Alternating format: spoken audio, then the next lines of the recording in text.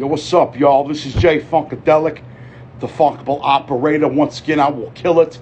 And welcome to the Funkable Operator Podcast, Part 2 episode. There's a lot of shit that I like to talk about, that I love kicking into. Shout out to Fat Joe with that book of Jose book that I bought the other day, that I got from the mail. Shout out to that piece, ma. Let's see. Shout out to the Circle of Sisters Expo. Hopefully I'll be there today checking that out. And rest in peace to Takeoff from the Migos. Live long in life. When I got assaulted the other day from this guy, and he didn't know how to act properly, and made an ass out of me because a Twinkie rapper fell off the steps. But that's over with. I'm not going to see him again.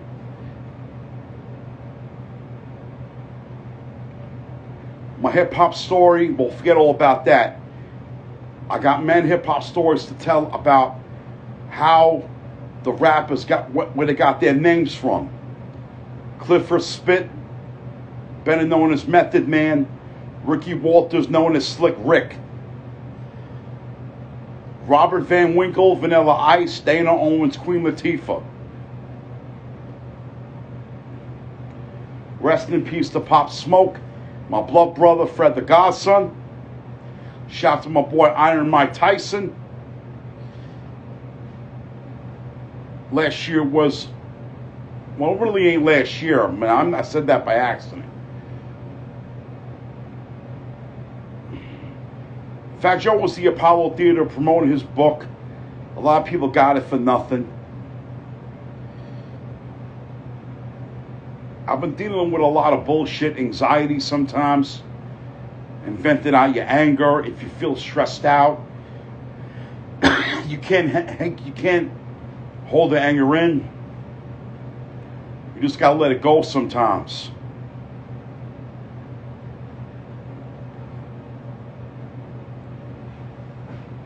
I feel that people love to be spiteful in this world. They get shot, they get arrested, they wind up hospitalized. Talking about that knowledge reigns supreme like KRS-One. I got a lot to talk about, but I'm not going to bring it up too much. You're going to have to say something like this. I'm keeping it real to my own self. Happy birthday shout out to Kim Seabrook. The time I went to see her, I took her to a Jay-Z concert. We had a blast, and it was fun. I did it on her birthday, but I'm sorry I couldn't make it to Kim Seabrook's birthday. I know it was kind of fun being there, but I didn't go. I went to the Circle of Sisters. I wasn't feeling it. I was in a rare form. And I lost $80 on the machine. I was so fucking pissed off. I couldn't believe what I've done to it. I was playing the dollar machine with the sevens and the bowls, and didn't expect to win nothing. I tried to make $1,000 for my own self so I could be happy, keep the money, and give the money to my parents and my family for charity in case I want to go to none of these other hip-hop concerts. Shout out to Nas for making that King Disease 3. Shout out to myself for making the Fall for Dark Knight Legacy. The album's dope. You can find it on all platforms. Apple's Music, Spotify, all that. Shout out to Rakim. Shout out to Eric B. In 2024, the Universal Hip Hop Museum should be open and available for people to check out. Right now it's under construction.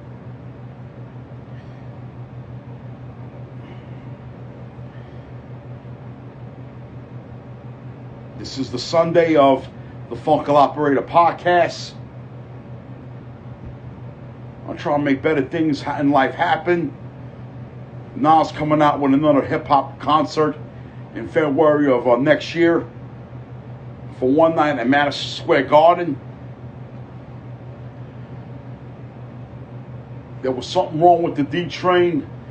Yesterday I took the 4 to the D, but I'm not doing it today.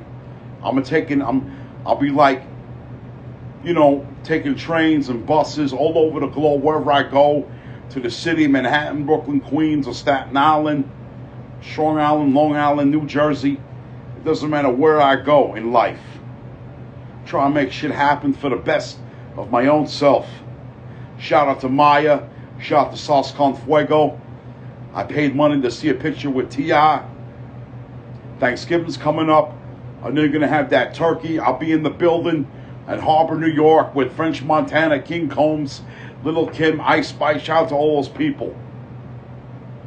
I'm really feeling the new hip hop though, but the underground is real safe in life, as it should be.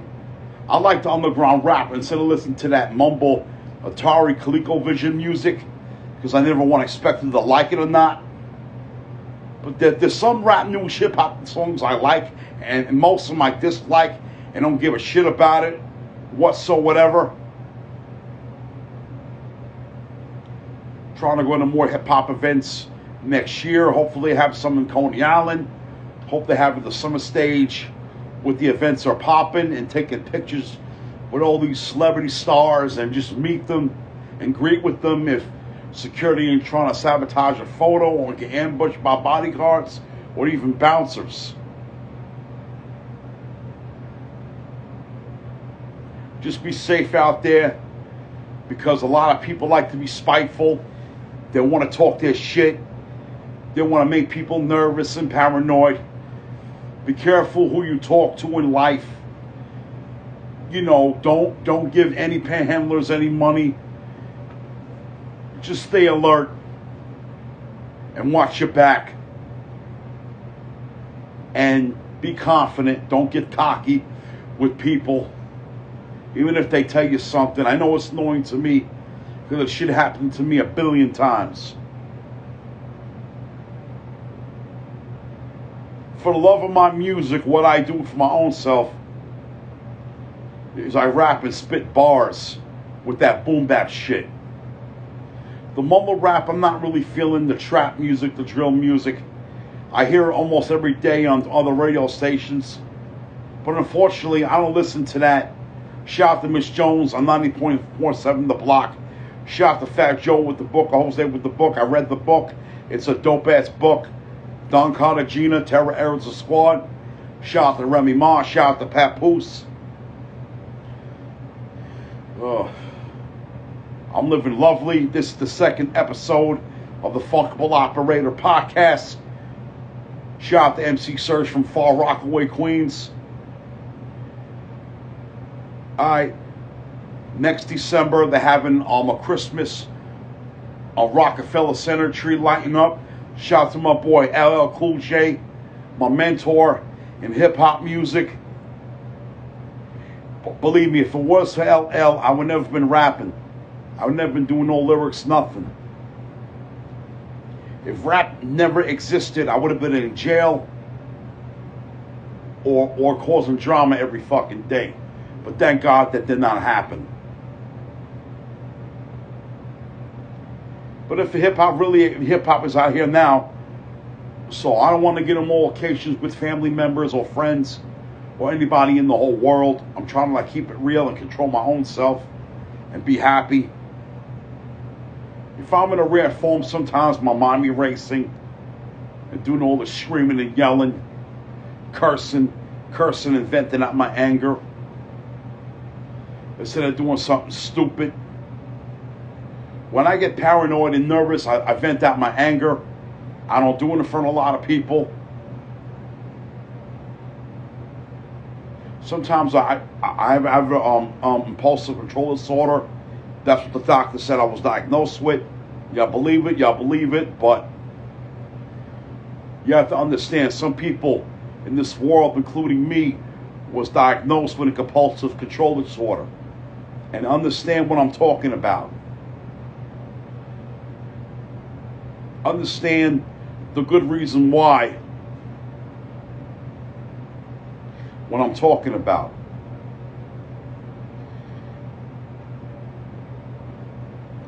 People got to think properly in life.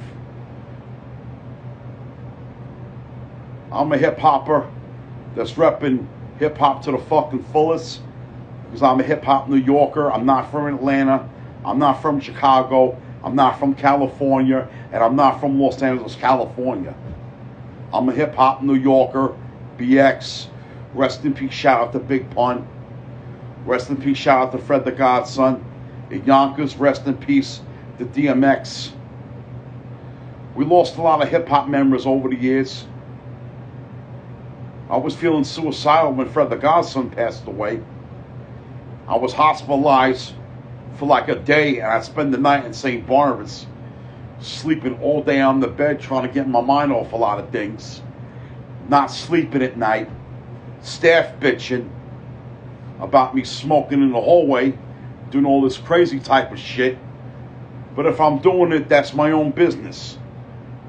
And some people like to stick their nose where it shouldn't belong. You know, some people like to tell you something like they're your mother and father. If they're not related to you, if they're not family, you just say mind your business and walk away from them. Even if people fuck me on the train, you people take advantage on the train. I keep going, moving out of car after a car after a car, being on that subway station. Because people are very spiteful. I saw a lot of incidents happen when these bums be throwing people on the train tracks, and they're the ones that get killed for first-degree murder when these idiots do life in prison. I was never locked up. I work hard to save a bundle of money. Christmas is coming next month. I got a long life ahead of me. I know I'm a diabetic. I got to take care of my blood sugar. I know I gained a lot of weight, and I'm trying to be over with it. I'm trying to stay away from regular soda, eating all that junk food, the chocolate, the candy, the starch, the spaghetti. I had spaghetti, but I only had a little portion of it. The reason why I had spaghetti this morning because I was a little hungry. No disrespect. I know spaghetti ain't breakfast, but I had a bagel and cream cheese with a little coffee. I was hungry because I ain't eaten in a while, so I had to, take my meds, take my blood sugar. My blood sugar was okay.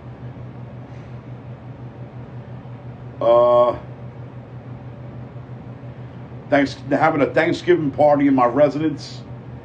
Well, unfortunately, I'll be at my mom's house that day because she's cooking on Thanksgiving. Shout out to my niece and nephews. Shout out to my brother-in-law. Shout out to my sister Janine.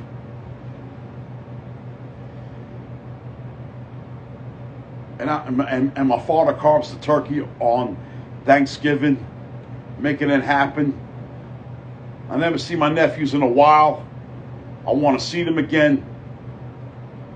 I like to be with them every now and then, my nephews, but my sister lives out in Long Island and I'm from the Bronx. Shout out to my sister Janine because she always kept it real to me ever since. But back in there, I know she was acting like a little brat. And I was dealing with a lot of altercations with my family sometimes. When I couldn't get my way, I screamed at my father in the store. I couldn't get nothing. I had an altercation with my father when the Wiz back in 1993. And I was losing my mind. I was a little out of control. But I grew up out of that. And, every time I had an altercation with mother and father from weekend after weekend after weekend back in the 90s, I was the one that had to suffer the consequences. The reason why, because I was taking trial and error medications. There were medications that I was on, didn't agree with me, and it got me to the point, it was making me very sick. And all the medications that I was on from way back then, it made me get fatty liver disease, high blood pressure, you know, diabetes, all that shit. When I was taking Abilify, it was the one that caused me to get diabetes. It was that medication I was taking that the doctor prescribed. Before I was on Abilify, I was on Geodon. That Geodon fucked my whole head up. It really fucked my whole head up. Tell you the truth, it did. Overall, this is my part 2 podcast in the residence. Rest in peace, shout out to Mikey Cat, man. Rest in peace, shout out to Mike Finelli.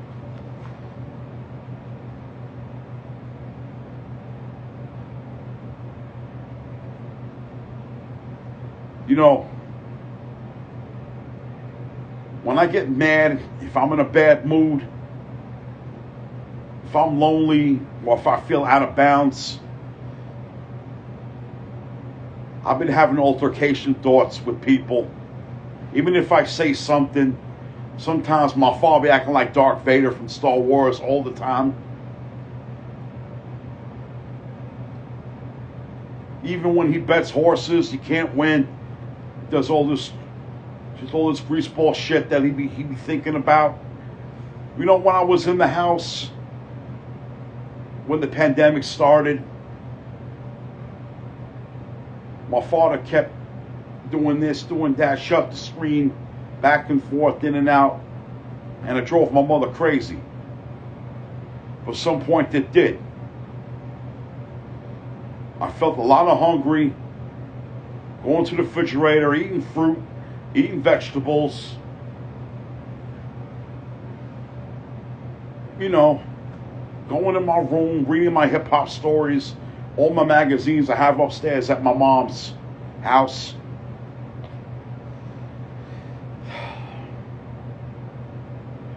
It seems that I'm a good guy, you know, I'm trying to be a nice guy, but if I'm not in the mood, just leave me the fuck alone. If I'm going through some shit, you keep bothering me and bothering me and bothering me, you're going to make me fucking snap. But you know what? You need to step off. You want to fuck with me, I'm going to have to run away from you. I'll run away from you as fast as I can. Because the things that you do, the things you talk shit about, does concern me. It's got nothing to do with me. You insult me, you're going to get to go fuck yourself in your face. You ain't got no life if you fuck around with me or do grand larceny or steal shit to get you in trouble, and you got to suffer the consequences and repercussions. Ripping headphones off my head, you call that stealing and grand larceny. Because I had to tell the cops about you ripping headphones off my head with your bicycle. You do that on spike, and that's not worth it. See, a lot of people that be riding bikes all over the street. A lot of young kids riding the motorcycles, the bikes. They rip your headphones off your head and they keep going, they keep speeding. And you're very upset because you lost something that you want to listen to in your ears. When will these motherfuckers learn? All these youngins, even if you're like 15 or 20 years old, even like you're way younger than that, you have to go to school, high school. I've been to 2 schools to be a better man. I remember being at Edenwald back in the day. In Pleasantville Cottage School, dealing with all these crazy ass consumers, the way how they acted, the way shit was way before social media, way before the iPhone, way before anything that happened nowadays. You have to understand it.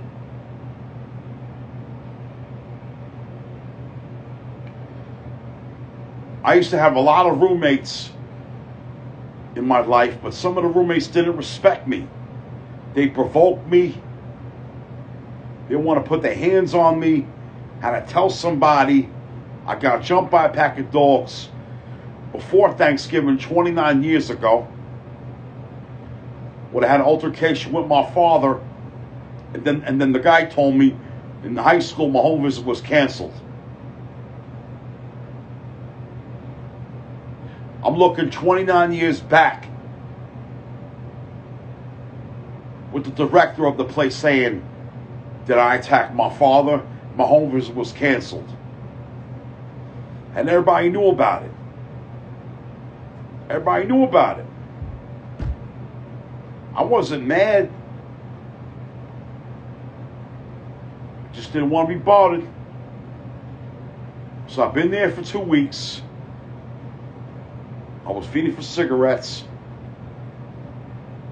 Told one of the consumers to SMD, got punched in the face, hit him back, threw me on the floor, I got jumped by a pack of dogs. Then I went ballistics. Then I went really ballistics at that time. I went ballistics. I just wanted to set Cottage 5 on fire from them doing shit like that to me.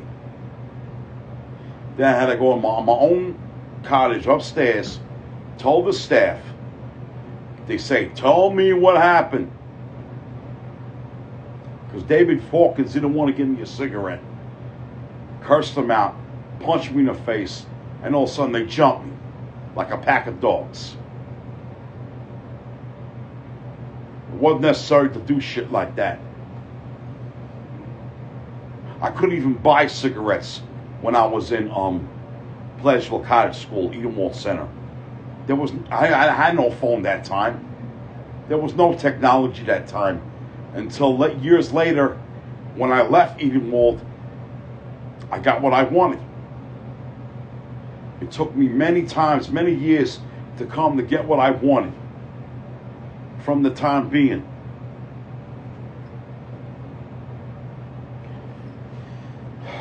You know, I teach the youth in my own words and my own conclusions. I never was in jail. I never got locked up. I was this close of going to jail, this close. Didn't matter of nothing. Didn't matter if I had to kiss people's asses to get I want to stay on the job, but I kept on walking out, taking these trial and error medications.